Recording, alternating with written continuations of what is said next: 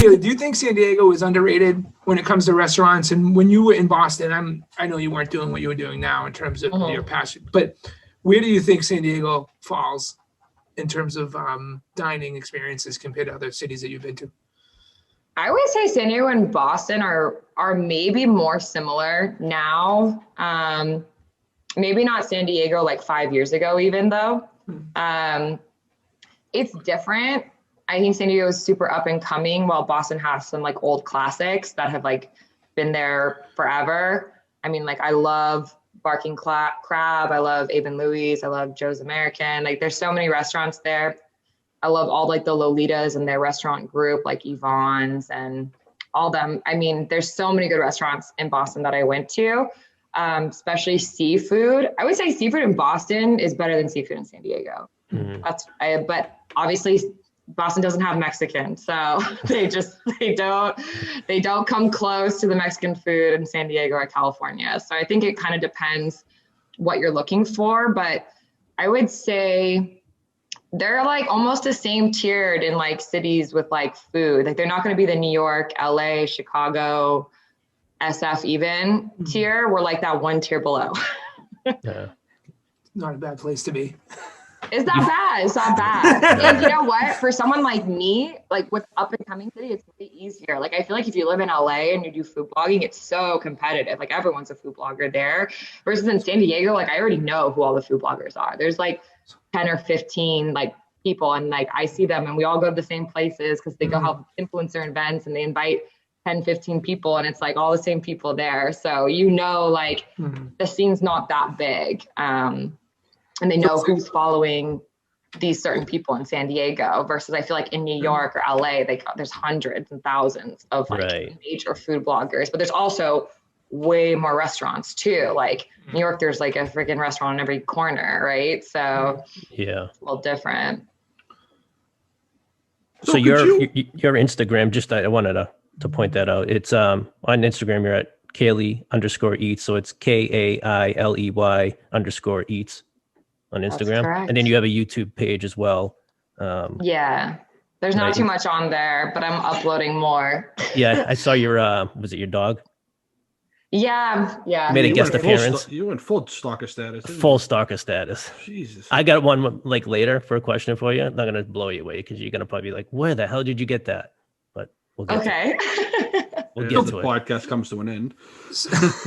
Yeah, I know. Kailey, she's like, right, enough. I have a friend in New York. He's not a food blogger or anything. He's actually a hotel guy.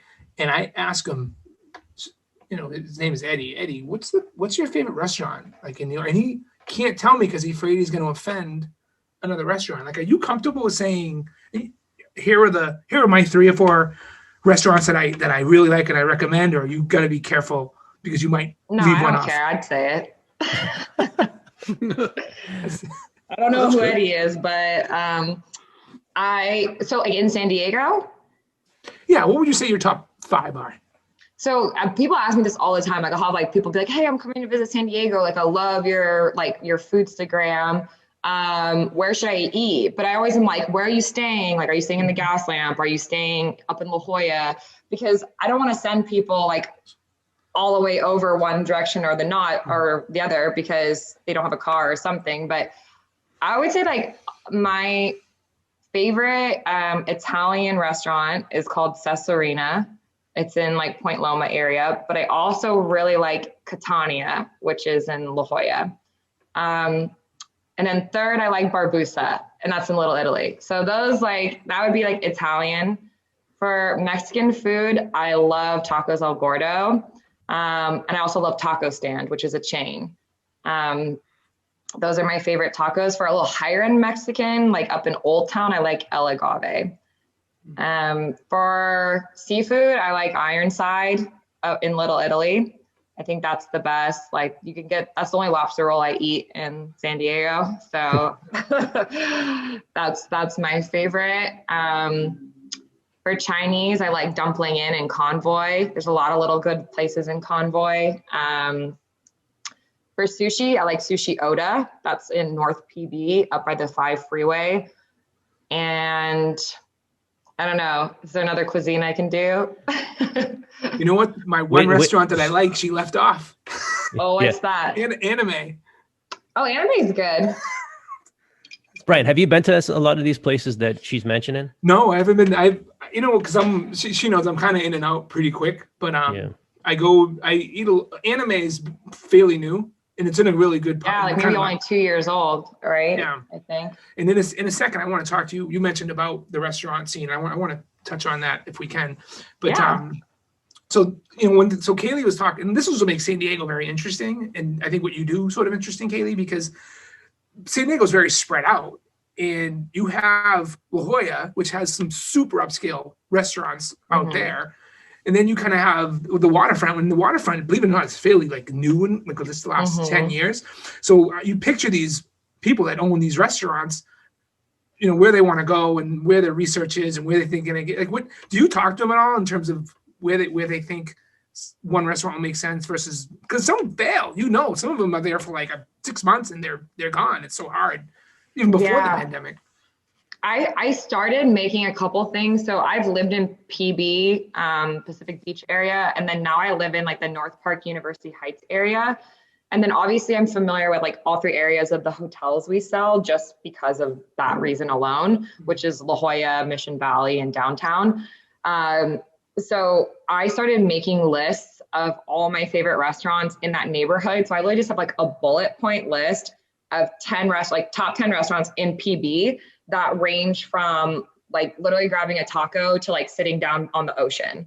So so if someone's staying in PB, like I would rather just screenshot and like send that list to them. And I also have it in my Instagram highlights. So my Instagram highlights have every single neighborhood in San Diego. So if you click it, you'll see my stories and it will show all the restaurant experiences and the tagged restaurants I've been to in those neighborhoods.